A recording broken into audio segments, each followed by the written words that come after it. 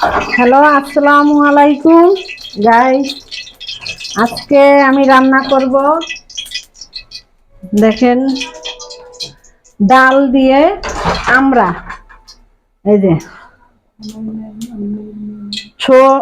ছোট করে আমরা কাটিয়ে নিছি, আর পাতলা করে ডাল রান্না করব।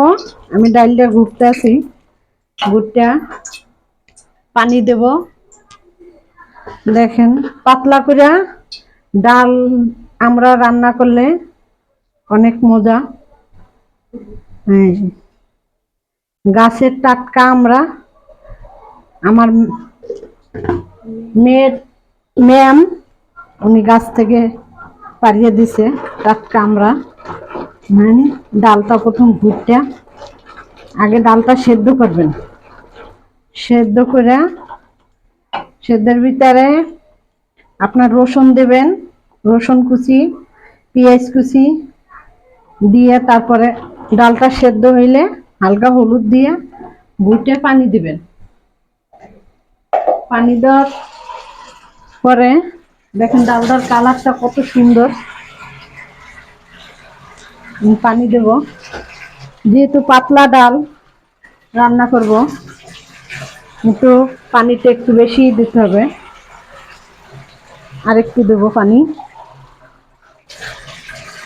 পাতলা ডাল আমরা দিয়া খাইতে অনেক মজা।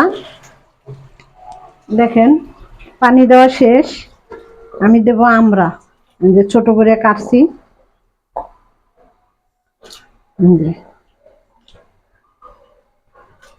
দেখেন কালারটা আরো সুন্দর হবে, আমরা টকে কালারটা আরো সুন্দর হবে।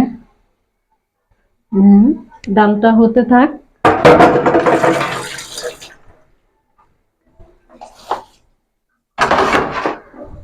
আমার মেয়ে পাতলা ডাল অনেক পছন্দ, বাচ্চার বাবাও খায়।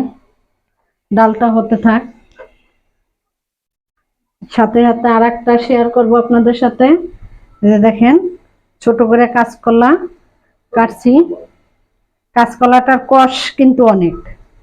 আমি আধা চামচ হলুদ দিয়া কাঁচকলাটা প্রথম একটু মাখাইয়ে রাখছি, মাখাইয়ে রাখার পরে ধুইছি পরিষ্কার করে, এখন কষ নাই, কষ ছেড়ে গেছে। অনেকে কাঁচকলাটা কাটতে সেদ্ধ করে নেয়, ওটা কিন্তু কালো হয়ে যায়। আর দেখেন এই যে চিংড়ি মাছ, এই যে 800 টাকা কেজি চিংড়ি মাছের। দেখেন ভালোই বড়, আমি খোসা ছাড়াই নিছি। এখন চিংড়ি মাছ কাঁচকলা রান্না করতে দেব।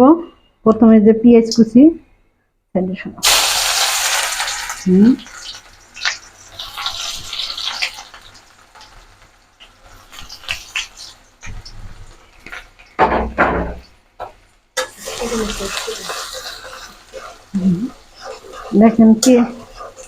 পেঁয়াজ কুচি, পেঁয়াজ কুচিটা একটু নাড়াচাড়া করবেন।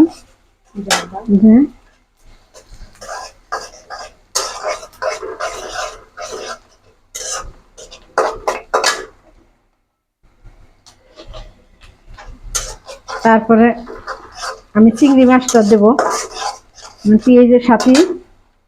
দেখেন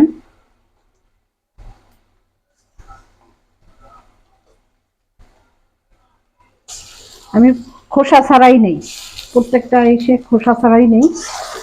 দেখেন পেঁয়াজ আর চিংড়ি মাছ হালকা একটু লবণ দিয়া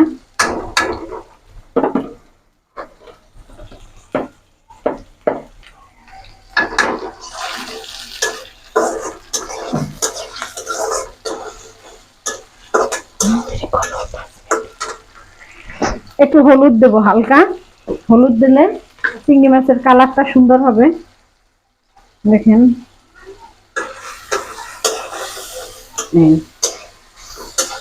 এটা একটু ভাজা হইলে তারপরে আমি পরিমাণে আরেকটু হলুদ দেব, আর শুকনো মরিচের গুঁড়া দেব, আদা রসুন বাটা দেব।